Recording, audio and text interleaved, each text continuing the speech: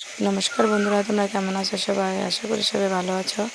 তো এই তো আজকে পূজা শেষ হয়ে গেছে, তো মনে খুব দুঃখ লাগছে। তো এই কদিন খুব আনন্দে কাটলো, এই 8টা দিন।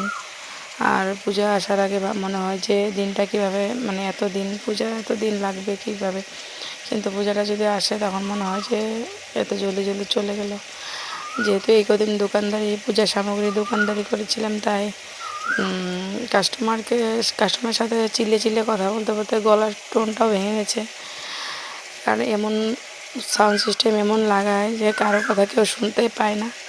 তো কাস্টমারের সাথে কথা বলতে বলতে গলার আওয়াজটাই বসে গেছে। তো দেখো, কিছু এই কাজের মধ্যেও পূজার কিছু পিক আমি কালেকশন করেছি। তা যেহেতু আমি এসব রাইডিং করতে একটু ভালোবাসি না, আমার ভয় লাগে। দেখো, এই টোটাটা কীভাবে চলছে, মনে হচ্ছে মানুষ ছিটকে গিয়ে কোথায় পড়ে যাবে। তো আমার এসব ভীষণ ভয় লাগে। আমি শুধু আমার ছেলেকে নিয়ে, ছেলে যে জোর করছিলাম আমি ড্রাগন ট্রেনে উঠবো, তো আমি ড্রাগন ট্রেনে চললাম। তো সবাই, আমাদের লামডিংবাসী সবাই জানোই কি মজা, কি আনন্দ হয় এই 8 দিন। তো তোমরা যারা যারা বাইরে থেকে দেখছো, তোমাদের এখানে কি কি মেলা হয় তোমরা একটু জানাবে কমেন্ট করে। আমাদের লামডিংয়ের মধ্যে তো এই শীতলা পূজাটাই সবচেয়ে থেকে বড় মেলা হয়। এটাতে আমাদের ভীষণ, দুর্গা পূজা আর শীতলা পূজা এই দুটোতে আমাদের ভীষণ আনন্দ হয়।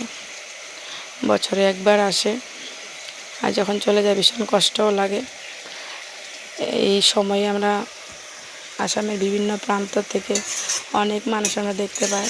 আর আমরা যেহেতু দোকান নিয়ে বসি, তো তার জন্য বিভিন্ন মানুষের সাথে কথাবার্তা হয় যে আপনারা কোথা থেকে এসেছেন জানা যায়।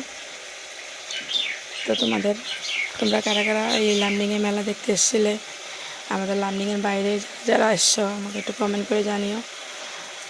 বিশেষ করে আমার এই নাগরদোলনাটা তো এত ভয় লাগে, মানে বলার মতো না। এটাতে আমি কোনোদিনও উঠিনি। আর আমাদের এই মেলাতে ভীষণ করে মেয়েদের যে কানের দুল, এই জিনিসটা এবার আমার কাছে, মানে যে কটাই এসছে আর কি, কানের দুলের দোকান, কানের টপ দোকান দুল বলো, ভীষণ ভালো লেগেছে। আর এই একটা ট্রেন্ডিং চুড়ি যেটা চলছে, কি চুড়ি যেন বলে এটাকে, এই ঝুমকা দেওয়া চুড়িগুলো ভীষণ ভালো লাগছে আর ভীষণ আনন্দ হয়েছে। বাই বাই, তোমরা সবাই ভালো থেকো।